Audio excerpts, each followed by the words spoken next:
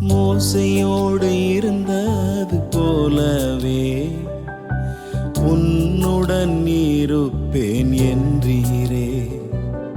மோசையோடு இருந்தது போலவே நான் உன்னுடன் இருப்பேன் என்றீரே.